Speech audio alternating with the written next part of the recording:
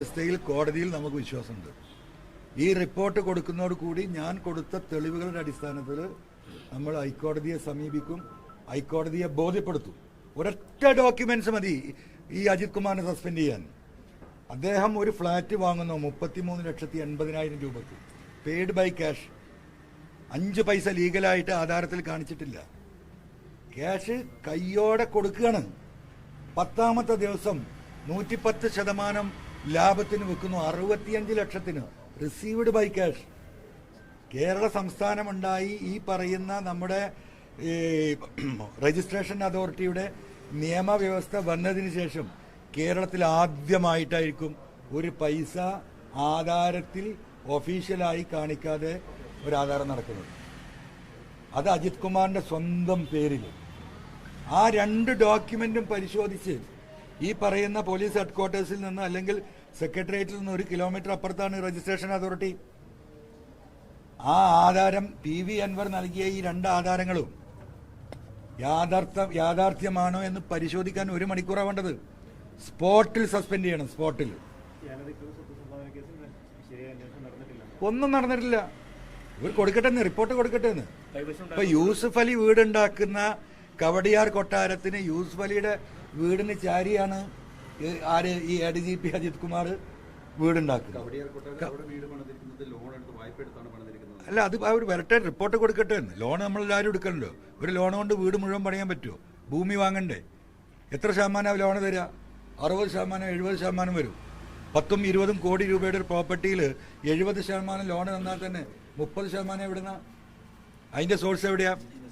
ഇപ്പൊ ഈ പറയുന്ന 33,80,000 വാങ്ങി 65 ലക്ഷത്തിന് വിറ്റത് അദ്ദേഹത്തിന്റെ ഇൻകം ടാക്സിൽ ആ പ്രോഫിറ്റ് അദ്ദേഹം ഫയൽ ചെയ്തിട്ടില്ല. ഈ പണം എവിടെ കൊണ്ട് എന്താ ഇൻകം ടാക്സിൽ ഫയൽ ചെയ്യാതെ വരുന്നത്? ഓരോ വർഷവും IPS, IAS, IFS ഓഫീസർമാർ അവരെ അസറ്റ്സ് ആൻഡ് ലയബിലിറ്റിന്റെ സ്റ്റേറ്റ്മെന്റ് കൊടുക്കണം. ആ കണക്കിലൊന്നും ഇത് കൊടുത്തിട്ടില്ല. അതെവിടെ കൊണ്ടേ വിഴുങ്ങിയത്? കോടതിയെ സമീപിക്കല്ലാതെ നമുക്ക് എന്ത് ചെയ്യാൻ പറ്റും? കോടതിയെ അതുകൊണ്ടാണ് ഞാൻ തുടക്കം മുതലേ പറഞ്ഞത്, ഇതൊരു ജുഡീഷ്യൽ അന്വേഷണം.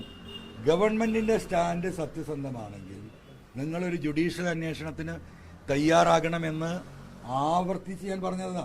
നമുക്കിപ്പോൾ ജുഡീഷ്യൽ അന്വേഷണത്തിന് കോടതിയെ സമീപിക്കാൻ കഴിയില്ല.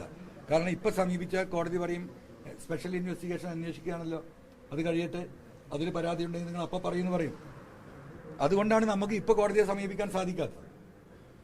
അവര് ആ റിപ്പോർട്ട് നൽകുന്ന നിമിഷം ആ വിഷയത്തിൽ നമുക്ക് ഇടപെടാൻ പറ്റും. 152 കേസാണ് സ്വർണം പൊട്ടിച്ചത്. എന്റെ അടുത്ത് മൊഴിയെടുത്ത IG അടുത്ത് ഞാൻ പറഞ്ഞത്, ഈ 152 കേസിലെ ഈ പ്രതികളെ നിങ്ങൾ നേരിട്ട് വിളിക്കണം. ദുബായിൽ നിന്ന് ആര് സ്വർണം കൊടുത്തു, എങ്ങനെ എയർപോർട്ട് വഴി കടന്നു, എയർപോർട്ടിന് പുറത്ത് നിന്ന് എവിടുന്ന് പോലീസ് അറസ്റ്റ് ചെയ്തു, അറസ്റ്റ് ചെയ്തിട്ട് എങ്ങോട്ടാണ് കൊണ്ടുപോയത്, എത്ര കിലോ സ്വർണമാണ് അവർ കൊണ്ടുവന്നിരുന്നത്, എത്രയാണ് കോടതിയിൽ കൊടുത്തത്, ഏത് തട്ടാൻ്റെ അടുത്താണ് ഇത് തൂക്കിയത്, എവിടുന്നാണ് ഇത് കഷ്ണങ്ങളാക്കിയത്. ഈ 152 ആളെയും വിളിച്ച് അന്വേഷിച്ചാൽ വളരെ കൃത്യമായിട്ട് ഈ കാര്യങ്ങൾ തെളിയും. 10 ആളെ വിളിക്കണ്ടേ? 10 ആളെ റാൻഡമായിട്ട് ഒരു അന്വേഷണം നടത്തിയിട്ടില്ലല്ലോ. അപ്പൊ എന്ത് റിപ്പോർട്ട് അവർ കൊടുക്കാൻ പോകുന്നത്? ഇവർ റിപ്പോർട്ടൊന്നും കൊടുക്കട്ടെ എന്ന്. റിദാൻ ബാസിൽ കേസ് അന്വേഷിച്ചിട്ടേ ഇല്ല. മാമി തിരോധാനം 3 ദിവസമാണ് ഒരു DYSP അന്വേഷിച്ചത്. 3 ദിവസം. അദ്ദേഹം വളരെ സത്യസന്ധമായ കേസ് അന്വേഷിക്കുന്നതോട് കൂടിയിട്ട് അദ്ദേഹത്തെ പോലീസിൽ നിന്ന് എടുത്തിട്ട് എക്സൈസിലേക്ക് മാറ്റി, താൽക്കാലിക ജോലി കൊടുത്തുകൊണ്ട്. ആ കുടുംബം മുഖ്യമന്ത്രിയെ കണ്ടു, അത് കഴിഞ്ഞ് പാർട്ടി സെക്രട്ടറിയെ കണ്ടു, മരുമകൻ റിയാസിനെ കോഴിക്കോട്ടുകാരൻ എന്നുള്ളതൊക്കെ കണ്ടു, അവിടുത്തെ മറ്റുള്ള മന്ത്രിമാരെ കണ്ടു. എന്തിനു വേണ്ടിയിട്ട്? SITയിലെ അന്വേഷണം ആദ്യം നടത്തിയ ആ SP കൊണ്ട് തന്നെ ഈ അന്വേഷണം പൂർത്തീകരിക്കണം. ചെയ്തില്ലല്ലോ. എന്താ ചെയ്യാത്തത്? അദ്ദേഹം ആ അന്വേഷണം 15 ദിവസം കൊണ്ട് തെളിയിക്കുന്ന എന്നോട് പറഞ്ഞു. 15 ദിവസം കൊണ്ട് ഞാൻ തെളിയിച്ചു തരാം മാമി തിരോധാനം. 3ാമത്തെ ദിവസം പൊക്കി. അപ്പൊ ഇത് മുഴുവൻ കള്ളത്തരാ, എല്ലാ അന്വേഷണവും കള്ളത്തരാണ്. അപ്പം ഈ വിഷയങ്ങൾ ഇങ്ങനെ പോവുക. അതുകൊണ്ടാണ് ഈ പറയുന്നത്, നവീൻ ബാബുവിന്റെ കുടുംബത്തിന് നീതി കിട്ടില്ല, സാബുവിന്റെ കുടുംബത്തിന് ഈ പോലീസ് അന്വേഷിച്ചിട്ട് ഒരു നീതി ലഭ്യമാകാൻ പോകുന്നില്ല. മുഴുവൻ കൊടുത്തിട്ടുണ്ട്, ഇനി കൊടുക്കാൻ കുറച്ച് ബാക്കിയുണ്ട്.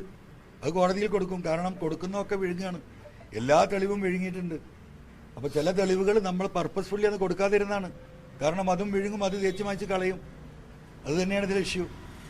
അപ്പോൾ ഇപ്പോൾ അദ്ദേഹത്തെ അജിത് കുമാറിനെ ഈ ADGPയിൽ നിന്ന് DGP ആകാനുള്ള സ്ക്രീനിങ് ക്ലിയറൻസ് കൊടുത്തതിൻ്റെ ഏറ്റവും വലിയ ഉദ്ദേശം ഞാൻ ആദ്യം പറഞ്ഞതുപോലെ തന്നെ കേരളത്തിലെ RSSന്റെ ഏറ്റവും പ്രധാനപ്പെട്ട സംഘ് പ്രചാര വാഹകനായിട്ട് അജിത് കുമാർ ഇവിടെ നിലനിൽക്കുകയാണ്. തൃശ്ശൂർ സീറ്റടക്കം ഇനി വരാൻ പോകുന്ന നിയമസഭാ തെരഞ്ഞെടുപ്പ് ഒരു വർഷമേ ഉള്ളൂ. നിങ്ങൾ ശ്രദ്ധിക്കുന്നുണ്ടാവും, കേരളത്തിൽ RSS BJPയുമായിട്ട് വളരെ വിശാലമായ അണ്ടർലൈൻ സഖ്യങ്ങൾ 10-30 സീറ്റിൽ അവരുണ്ടാക്കാൻ പോവുകയാണ്.